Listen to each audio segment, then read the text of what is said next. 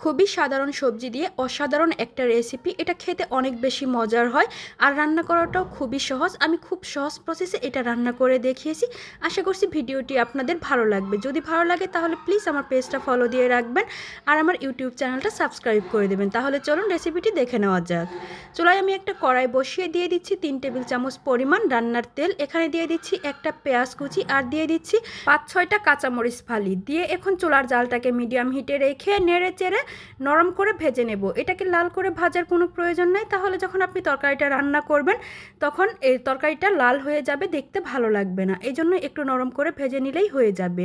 আমি চুলার জালটাকে বাড়িয়ে দিয়ে তারপর এটাকে ভেজে নিলাম।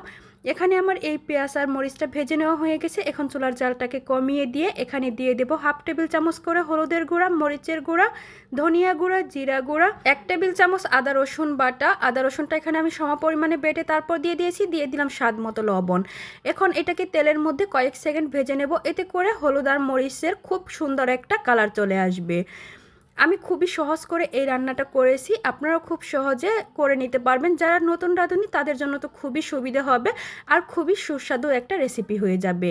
এরপর এই মশলার মধ্যে দিয়ে দিলাম চিংড়ি মাছ। চিংড়ি মাছটাকে দিয়ে আমি এখানে 1 থেকে 1.5 মিনিটের মতো ভেজে নেব। এই মশলা আর তেলের মধ্যে ভেজে নেব। আপনারা চাইলে চিংড়ি মাছটা আগে হালকা একটু ভেজেও দিতে পারেন, কিন্তু এভাবে রান্না করলেও এটা অনেক বেশি মজার হয়। আমার এখানে মাছটা ভেজে নেওয়া হয়ে গেছে। এখন আমি এখানে দিয়ে দেব 1/2 কাপ পরিমাণ পানি দিয়ে তারপর এই মশলা সহ মাছটাকে খুব ভালো করে কষিয়ে নেব। এতে করে মশলার কাঁচা গন্ধটাও চলে যাবে আর মাছটাও খুব ভালোভাবে কষানো হয়ে যাবে। খেতে অনেক বেশি মজার হবে।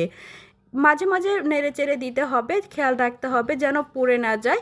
আমি এখানে 4 থেকে 5 মিনিট সময় নিয়ে কষিয়ে নিচ্ছি। মাছগুলোকে আমি উল্টিয়ে দিচ্ছি, দেখতেই পাচ্ছেন।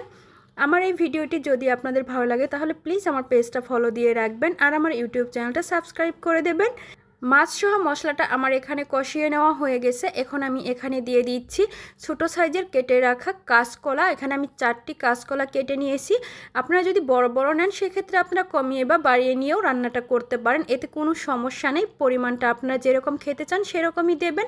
এখন আমি চুলার জালটাকে কমিয়ে রেখে ঢাকনা দিয়ে ঢেকে 5 মিনিট কষিয়ে নেব। ঢাকনা দিয়ে ঢেকে দিলাম 5 মিনিটের জন্য। 5 মিনিট পর আমি ঢাকনাটাকে খুলে নিচ্ছি। এখানে আমার এটা কষানো প্রায় হয়ে গেছে। এখন আমি নেড়ে চেড়ে দিচ্ছি। নেড়ে চেড়ে দিয়ে তারপর আমি ঢাকনা দিয়ে ঢেকে আমি আরও 5 মিনিট কষিয়ে নেব।